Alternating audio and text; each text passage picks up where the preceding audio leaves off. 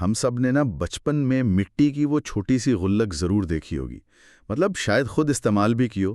اس میں سکے ڈالنے کی وہ خنک اور وقت کے ساتھ اس کا بھاری ہوتے جانا دنیا کا سب سے بڑا کارنامہ لگتا تھا انسان کو۔ ہاں بالکل، وہ ایک عجیب سا ایک خوشگوار احساس ہوتا تھا کہ وہ مٹی کا برتن جیسے کوئی بہت محفوظ قلعہ ہے، اور اس کے اندر جمع ہونے والے پیسے نا مستقبل کی کسی بہت بڑی خوشی کی چابی ہیں۔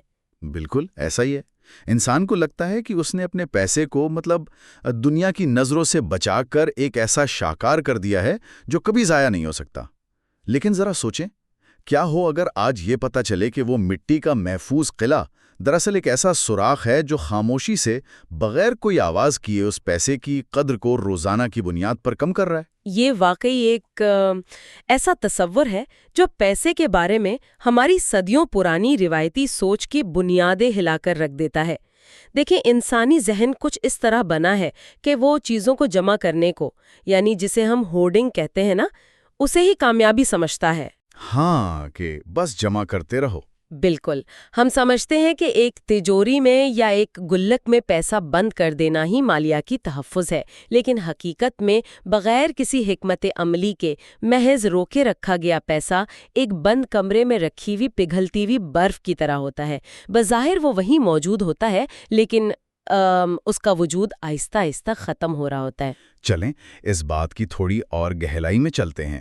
آج کے اس گہرے مطالعے کا بنیادی مقصد ہی ہے کہ ہم اس پگھلتی ہوئی برف کو سمجھیں اور اسے ایک جادوئی برف کے گولے، یعنی ایک ایسے سنو بال میں بدلنے کا طریقہ سیکھیں جو وقت کے ساتھ پگھلنے کے بجائے اور بھی بڑا اور طاقتور ہوتا چلا جائے۔ زبردست، اور میں بہت پرجوش ہوں اس موضوع پر بات کرنے کے لیے۔ تو آج ہمارے اس علمی سفر کا ذریعہ ایک انتہائی دلچسپ کتابچہ ہے جو سلیم امان صاحب نے تحریر کیا ہے۔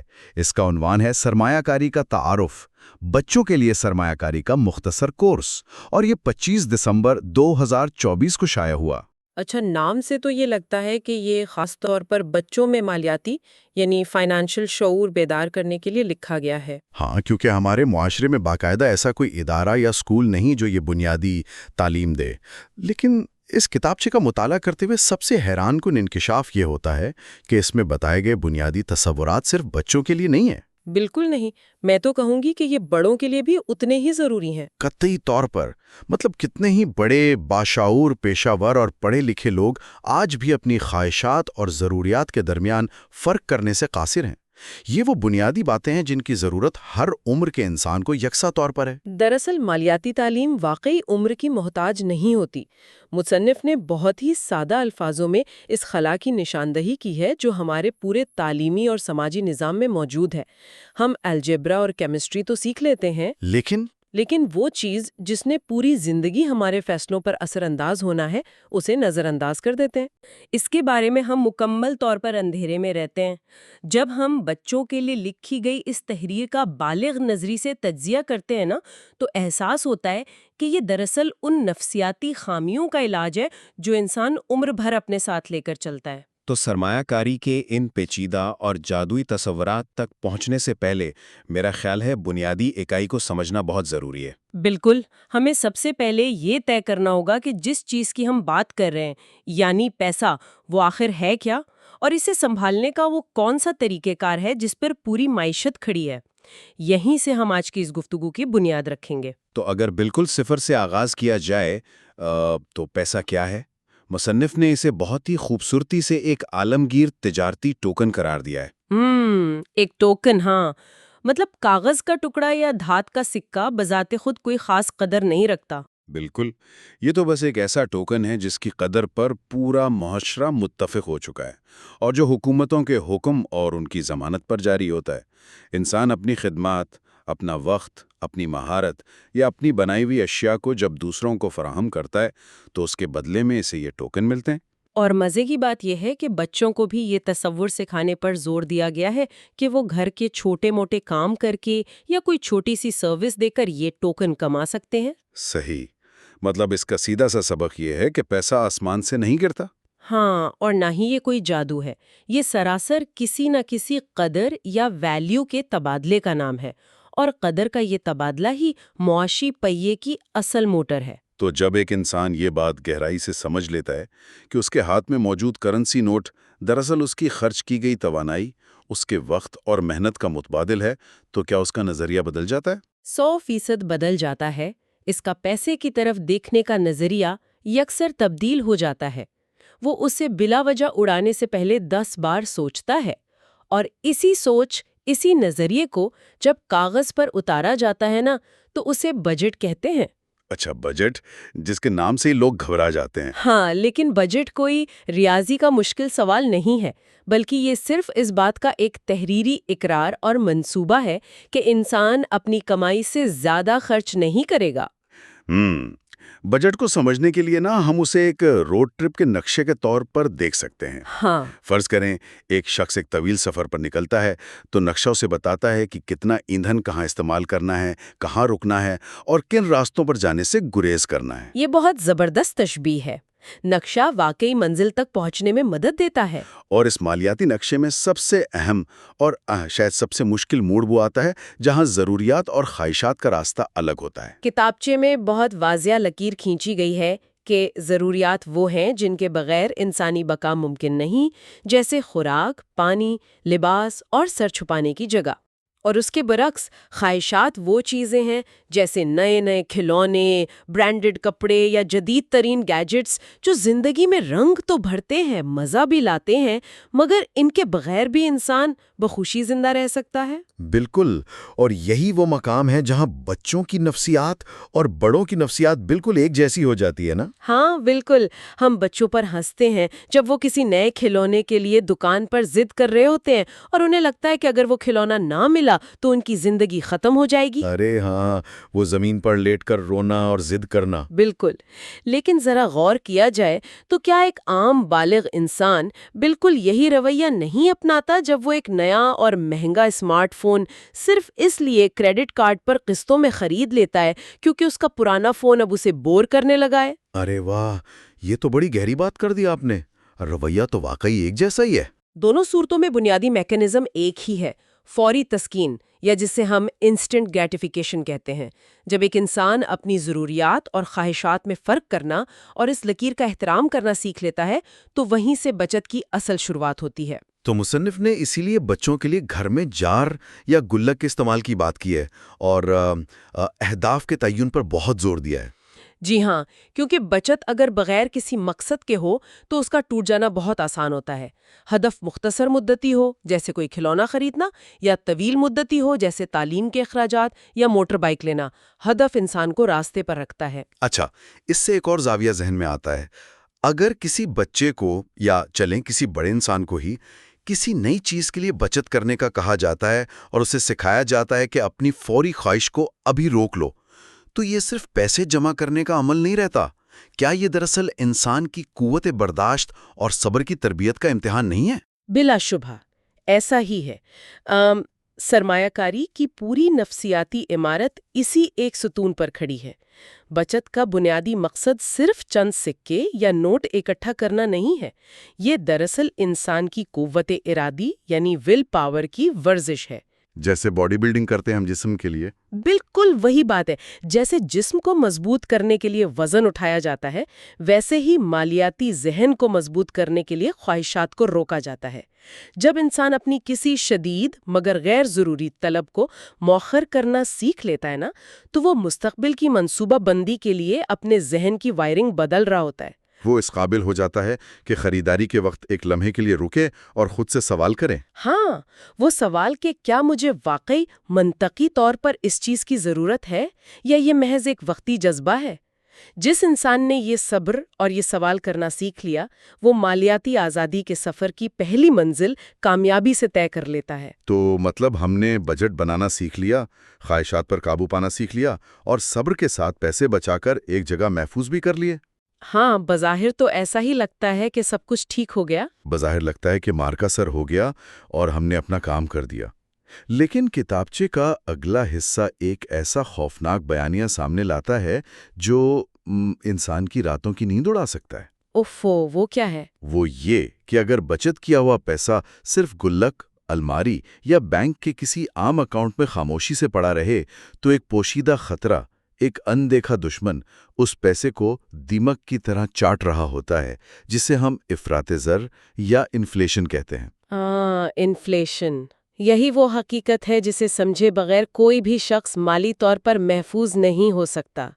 افراط زر وہ موڑ ہے جہاں سے صرف بچت کرنے کا ماڈل مکمل طور پر ناکام ہو جاتا ہے۔ تو اگر بچت کرنے سے حقیقت میں پیسے کی قدر کم ہو رہی ہے تو کیا یہ خوفناک بات نہیں کہ ہم جسے محفوظ سمجھ رہے ہیں وہ دراصل پگھل رہا ہے؟ بالکل خوفناک ہے، اور اس کا میکانزم سمجھنا بہت ضروری ہے۔ افراط زر کا سیدھا سا مطلب یہ ہے کہ وقت گزرنے کے ساتھ ساتھ معیشت میں موجود اشیاء اور خدمات کی قیمتیں بڑھتی چلی جاتی ہیں۔ مطلب مہنگائی بڑھتی ہے۔ ہاں، اور اس کی وجہ یہ ہوتی ہے کہ حکومتیں زیادہ کرنسی چھاپ رہی ہوتی ہیں یا پیداواری لاگت بڑھ رہی ہوتی ہے۔ اس کو ایک سادہ سی ریاضیاتی مثال سے سمجھتے ہیں۔ جی بتائیں۔ فرض کریں ایک انسان نے 10 سال پہلے 10,000 روپے بڑی محنت سے بچائے اور انہیں ایک محفوظ ڈبے میں بند کر کے رکھ دیا۔ اس وقت ان 10,000 روپیوں سے وہ شاید پورے مہینے کا راشن بڑی آسانی سے خرید سکتا تھا۔ ہاں، 10 سال پہلے 10,000 کی تو بڑی ویلیو تھی۔ بالکل۔ اب آج 10 سال بعد جب وہ اس ڈبے کو کھولے گا تو وہ 10,000 کے نوٹس تو اتنے ہی ہوں گے، ان کی ظاہری شکل بھی وہی ہوگی، لیکن کیا آج ان پیسوں سے وہی ایک مہینے کا راشن خریدا جا سکتا ہے؟ ہرگز نہیں۔ شاید آج اس سے صرف چند دن کا سامان آئے۔ یہ مثال تو واقعی رونگٹے کھڑے کر دینے والی ہے نا؟ روپے کی قیمت میں مسلسل کمی آتی ہے۔ اس کا مطلب تو یہ ہوا کہ روپے کی قدر میں مسلسل کمی آ رہی ہے۔ جو شخص اپنے پیسے کو تالے میں بند کر کے یہ سمجھ رہا ہے کہ وہ سب سے محفوظ حالت میں ہے، وہ دراصل اس پیسے کو ایک ایسی آگ میں رکھ رہا ہے جو آہستہ آہستہ اس کی قوت خرید کو راکھ کر رہی ہے۔ ہم بچت کر کے خود کو فاتح سمجھ رہے ہوتے ہیں اور پیچھے سے افراط زر خاموشی سے ہماری جیب کاٹ رہا ہوتا ہے۔ تو ہم جسے محفوظ سمجھ رہے تھے وہ تو ایک ڈراؤنا خواب نکلا۔ افراط زر کو بجا طور پر ایک خاموش چور کہا جاتا ہے، اور دیکھیں اس چور سے بچنے کا کوئی پولیس لاک اپ نہیں ہے۔ اس کا واحد توڑ یہ ہے کہ پیسے کو افراط زر کی رفتار سے زیادہ تیزی سے بڑھنے پر مجبور کیا جائے۔ اور میرا خیال ہے یہیں سے کام کے بغیر منافع یعنی سرمایہ کاری کی ضرورت جنم لیتی ہے۔ بالکل۔ سرمایہ کاری کا سیدھا سا اصول یہ ہے کہ پیسے کو کام پر لگایا جائے تاکہ وہ انسان کی جسمانی مشقت کے بغیر ہی مزید منافع پیدا کر سکے۔ جب تک ایک انسان صرف اپنے جسم، اپنے وقت اور اپنی مہارت کو بیچ کر پیسہ کما رہا ہے نا، وہ افراط زر کی اس دوڑ میں ہمیشہ پیچھے رہے گا۔ ہاں، کیونکہ انسان کے پاس دن میں صرف 24 گھنٹے ہیں اور اس کی توانائی بھی تو محدود ہے۔ صحیح کہا، لیکن پیسے کو نہ تو نیند آتی ہے اور نہ ہی وہ تھکتا ہے۔ پیسے کو خود پیسہ بنانے کے عمل میں شامل کرنا مالی بقا کے لیے ناگزیر ہے۔ یہاں سے گفتگو کا ایک انتہائی اہم باب کھلتا ہے۔ ہم نے یہ تو تسلیم کر لیا کہ اس خاموش چور سے لڑنا ضروری ہے اور پیسے کو کام پر لگانا ہے، لیکن سوال یہ ہے کہ پیسے کو کام پر آخر لگایا کیسے جائے؟ اس کے لیے مصنف نے ایک بہت زبردست تشبیہ دی ہے۔ ہاں، درخت لگانے کی تشبیہ کتابچے میں سے بہت شاندار طریقے سے سمجھایا گیا ہے۔ انسان زمین میں ایک چھوٹا سا بیج بوتا ہے، یعنی اپنا بچایا ہوا پیسہ کسی جگہ لگاتا ہے۔ شروع میں وہ بیج مٹی کے اندر ہوتا ہے، کچھ نظر نہیں آتا۔ پھر وہ اسے وقت دیتا ہے، اس کی دیکھ بھال کرتا ہے، اور سالوں بعد وہ بیج ایک تناور درخت بن جاتا ہے جو مسلسل پھل کی صورت میں مزید پیسہ دیتا رہتا ہے۔ درخت کی یہ تشبیہ سرمایہ کاری کے پورے فلسفے کا نچوڑ ہے۔ اس میں تو دو باتیں سب سے نمایاں لگتی ہیں۔ پہلا قدم اٹھانا یعنی بیج بونا، اور دوسرا اور سب سے مشکل کام اسے پلپنے کے لیے وقت دینا۔ بالکل۔ اب یہاں یہ سوال پیدا ہوتا ہے کہ ایک عام انسان جس کے پاس لاکھوں کروڑوں کا سرمایہ نہیں ہے، وہ یہ بیج کہاں بو سکتا ہے؟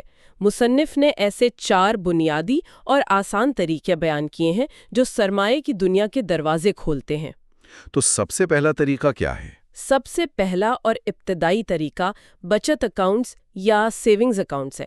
اس میں انسان اپنا پیسہ بینک کے پاس رکھتا ہے، بینک اس رقم کو آگے قرض دینے یا کاروبار میں استعمال کرتا ہے اور اس کے عوض انسان کو کچھ منافع ادا کرتا ہے۔ اچھا، تو یہ تو سب سے آسان اور محفوظ طریقہ لگتا ہے۔ یہ آسان ضرور ہے، لیکن اس کی سب سے بڑی خامی یہ ہے کہ اس سے ملنے والا منافع عموماً افراط زر کی شرح سے کم ہوتا ہے، یعنی پیسہ بڑھ تو رہا ہوتا ہے لیکن اتنی تیزی سے نہیں کہ وہ اس خاموش چور کو ہرا سکے۔ تو اس کا مطلب ہے کہ بچت اکاؤنٹ ایک طرح سے صرف ایک پارکنگ کی جگہ ہے، کوئی ریس ٹریک نہیں ہے۔ بالکل صحیح سمجھیں آپ۔ اسی لیے کتابچہ دوسرے طریقے کی طرف لے جاتا ہے، جو کہ سٹاکس یا شیئرز ہیں۔ اس کو سمجھانے کے لیے ایک کھلونوں کی دکان کی مثال دی گئی ہے، جو بہت دلچسپ لگی مجھے۔ ہاں، وہ کھلونوں کی دکان والی مثال، اس کا مطلب ہے کہ کسی بہت بڑی کمپنی جیسے کہ کسی کامیاب دکان یا فیکٹری کا ایک انتہائی چھوٹا سا حصہ خرید کر اس کا مالک بن جانا۔ صحیح، اور جب وہ دکان اچھا کام کرے، چیزیں بیچے اور منافع کمائے، تو حصے کی قیمت بڑھتی ہے اور منافع بھی ملتا ہے۔ بالکل، اور یہ بھی بتایا گیا ہے کہ سٹاکس کو تبدیل کرنا یا بیچنا مارکیٹ میں سب سے آسان ہوتا ہے۔ لیکن ایک منٹ ذرا، یہاں ایک بہت بڑا خطرہ محسوس ہوتا ہے۔ اگر سٹاکس کو بیچنا یا تبدیل کرنا سب سے آسان ہے اور قیمتیں روزانہ اوپر نیچے ہوتی ہیں، تو کیا اس بات کا خطرہ نہیں بڑھ جاتا کہ انسان جذبات میں آ کر جلد بازی میں غلط فیصلے کر لے؟ یہ سرمایہ کاری کی دنیا کا سب سے نازک پہلو ہے، جس پر قابو پانا سب سے مشکل ہے۔ جب سٹاکس کی بات آتی ہے نا، تو رسک اور ریوارڈ یعنی خطرے اور انعام کا ایک براہ راست تعلق ہوتا ہے۔ مطلب جہاں منافع زیادہ، وہاں خطرہ بھی زیادہ۔ بالکل، سٹاکس میں منافع کمانے کے امکانات سب سے زیادہ ہوتے ہیں، لیکن روزانہ قیمتوں کا اوپر نیچے ہونا انسانی جذبات کا شدید امتحان لیتا ہے۔ اسی لیے جب ایک انسان سٹاکس میں قدم رکھتا ہے تو اسے ایک صارف کی سوچ سے نکل کر ایک مالک کی سوچ اپنانی پڑتی ہے۔ ہاں، صارف کی سوچ سے نکل کر مالک کی سوچ اپنانا، یہ واقعی ایک زبردست زاویہ ہے۔ ہاں، ایک صارف چیزوں کی فوری قیمت دیکھتا ہے، لیکن ایک مالک روزانہ اپنی دکان کی مالیت کا اندازہ نہیں لگاتا۔ وہ جانتا ہے کہ کاروبار کے اچھے اور برے دن آتے ہیں، لیکن طویل عرصے میں ایک اچھا کاروبار ہمیشہ ترقی کرتا ہے۔ لیکن اگر کوئی انسان یہ سمجھے کہ وہ روزانہ قیمتوں کے اتار چڑھاؤ کا ذہنی دباؤ برداشت نہیں کر سکتا، اگر اسے رات کو سکون کی نیند چاہیے، تو کیا اس کے لیے کوئی اور راستہ ہے؟ ہاں بالکل، یہیں پر تیسرا طریقہ سامنے آتا ہے، یعنی بانڈز۔ بانڈز ان لوگوں کے لیے ہیں جو استحکام کو ترجیح دیتے ہیں۔ یہ سٹاکس سے کیسے مختلف ہیں؟ مختلف ہے۔ جب ایک انسان اسٹاک خریدتا ہے تو وہ کمپنی کا حصے دار بنتا ہے، لیکن جب وہ بانڈ خریدتا ہے تو وہ دراصل کسی حکومت یا کسی بڑی کمپنی کو اپنا پیسہ قرض دے رہا ہوتا ہے۔ اچھا، یعنی قرض دینا۔ جی، اس میں ایک قانونی معاہدہ ہوتا ہے کہ جس ادارے نے قرض لیا ہے وہ ایک مقررہ وقت کے بعد نہ صرف اصل رقم واپس کرے گا بلکہ اس عرصے کے دوران ایک طے شدہ شرح سے اضافی رقم بھی ادا کرے گا۔ چونکہ اس میں واپسی کی قانونی ضمانت موجود ہوتی ہے، اس لیے یہ سٹاکس کے مقابلے میں بہت زیادہ محفوظ سمجھا جاتا ہے نا؟ بالکل محفوظ ہے، مگر اقتصادیات کا یہ بنیادی اصول ہے کہ جہاں خطرہ کم ہوگا وہاں اضافے کی شرح بھی نسبتاً کم ہوگی۔ اب صورتحال کچھ یوں ہے کہ ایک طرف سٹاکس ہیں جن میں خطرہ بھی زیادہ ہے اور منافع بھی، اور ان کے لیے تحقیق بھی بہت کرنی پڑتی ہے۔ دوسری طرف بانڈز ہیں جو محفوظ ہیں لیکن ان کی رفتار سست ہے۔ صحیح کہا آپ نے۔ تو اگر کوئی انسان ان دونوں کے درمیان کوئی رستہ نکالنا چاہے یا اسے یہ سمجھنا ہے کہ وہ کس میں سرمایہ کاری کرے، تو پھر یہیں سے چوتھا طریقہ ابھرتا ہے جسے میوچول فنڈز کہا جاتا ہے۔ کتابچے میں اسے ایک کمیونٹی گارڈن یا اجتماعی باغ سے تشبیہ دی گئی ہے۔ ارے واہ، کمیونٹی گارڈن کی تشبیہ پر تو میں بہت خوش ہوں۔ یہ اس تصور کو بہترین انداز میں واضح کرتی ہے۔ ہے نا؟ کمیونٹی گارڈن کی یہ تشبیہ اس کے کام کرنے کے طریقے کو بالکل عریاں کر دیتی ہے۔ میوچول فنڈز میں کوئی ایک انسان اکیلا بیج لے کر زمین تلاش نہیں کرتا، بلکہ دوسرے لوگوں کے پیسوں کے ساتھ اپنا پیسہ ملا کر ایک بڑا سرمایہ بن جاتا ہے۔ بالکل، اور اس جمع شدہ بڑے سرمائے کو چلانے کے لیے باقاعدہ رجسٹرڈ کمپنیاں اور پیشہ ور مالیاتی ماہرین موجود ہوتے ہیں۔ یعنی ہم اپنا پیسہ ماہرین کے حوالے کر دیتے ہیں۔ ہاں، وہ ماہرین اس بات کا فیصلہ کرتے ہیں کہ اس اجتماعی سرمائے کو کتنے حصوں میں تقسیم کر کے مختلف جگہوں پر لگایا جائے تاکہ خطرہ کم سے کم ہو اور منافع زیادہ سے زیادہ آئے۔ ایک عام انسان کے لیے جو اپنے روزمرہ کے کاموں میں مصروف ہے، میوچل فنڈز ایک طویل المدتی اور انتہائی محفوظ طریقہ لگتا ہے۔ اس کا مطلب ہے کہ ہم نے یہ جان لیا کہ درخت لگانے کے لیے کون کون سی زمین دستیاب ہے، جی، لیکن صرف یہ جان لینا کافی نہیں کہ پیسہ کہاں لگانا ہے، بلکہ اصل کامیابی اس بات میں ہے کہ ان فیصلوں کو ایک طویل عرصے تک کیسے برقرار رکھا جائے۔ اور اسی لیے ہم کتابچے کے سب سے اہم حصے کی طرف بڑھتے ہیں، جہاں سمارٹ انتخاب اور کمپاؤنڈنگ کی حکمت عملی بیان کی گئی ہے۔ سمارٹ انتخاب کے حوالے سے سب سے پہلی چیز تو تحقیق ہے نا؟ بالکل، پودے لگانے سے پہلے ان کے بارے میں جاننا ضروری ہے۔ اندھے پن میں کہیں بھی پیسہ نہیں ڈالنا چاہیے۔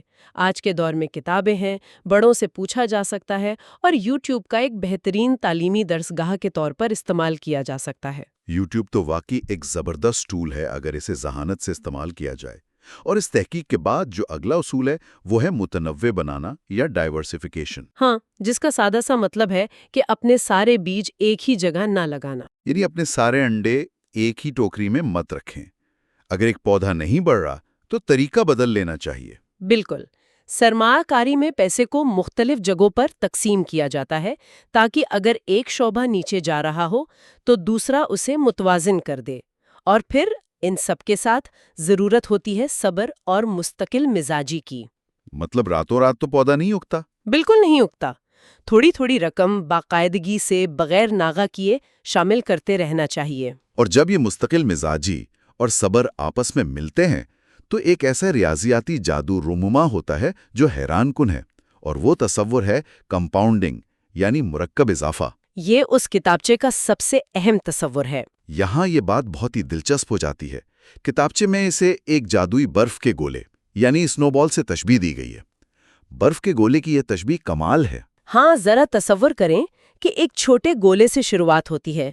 جب اسے لڑکایا جاتا ہے تو جیسے جیسے یہ برف میں لپٹ کر آگے بڑھتا ہے، یہ مزید برف اٹھاتا ہے اور تیزی سے بڑا ہوتا ہے۔ بالکل، اور اس کی رفتار بڑھتی جاتی ہے۔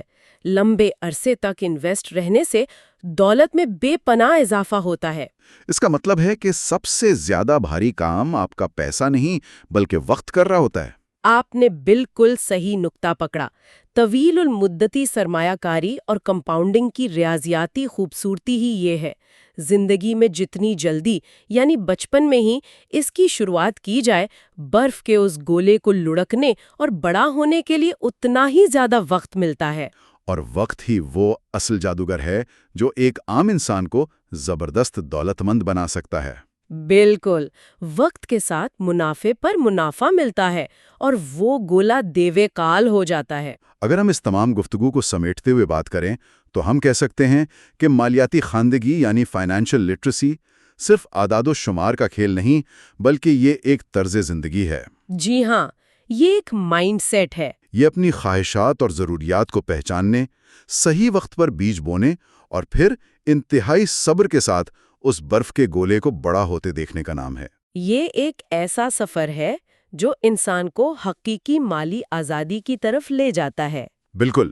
اچھا، آج کی گفتگو کا اختتام ہم ایک ایسی فکر انگیز سوچ کے ساتھ کریں گے جس پر سننے والوں کو بعد میں بھی غور کرنا چاہیے۔ وہ کیا ہے؟ دیکھیں، کتابچے کے مصنف نے یوٹیوب کو مالی تعلیم کے لیے ایک زبردست ٹول قرار دیا ہے، لیکن یہاں سوچنے کی بات یہ ہے، ٹیکنالوجی نے جہاں مالیاتی تعلیم کو ہماری انگلیوں کے اشارے پر لا کھڑا کیا ہے، وہیں یہی ٹیکنالوجی ہمیں دن رات نئے نئے اشتہارات کے ذریعے ہماری خواہشات کو ابھار بھی رہی ہے۔ یہ تو بہت تلخ حقیقت ہے۔ اشتہارات ہر وقت ہمیں فوری خریداری پر اکسائے رہے ہوتے ہیں۔ بالکل۔ تو کیا آنے والی نسلیں اس علم کا استعمال کرتے ہوئے تاریخ کی سب سے زیادہ مالی طور پر آزاد نسل بنے گی، یا پھر اسکرین پر نظر آنے والی یہ چوکا چوند ان کے پیسے کو کمپاؤنڈ ہونے سے پہلے ہی ان کی جیبوں سے نکال لے گی؟ یہ ایک ایسا سوال ہے جو واقعی انسان کو سوچنے پر مجبور کر دیتا ہے۔ علم اور ٹیکنالوجی کے اس جنگ میں جیت کس کی ہوگی، یہ تو آنے والا وقت ہی بتائے گا۔ بالکل، اس سوچ پر ضرور غور کیجیے گا۔ آج کے اس علمی سفر اور گہرے مطالعے میں ہمارے ساتھ رہنے کا بہت شکریہ۔ ملتے ہیں اگلے موضوع کے ساتھ۔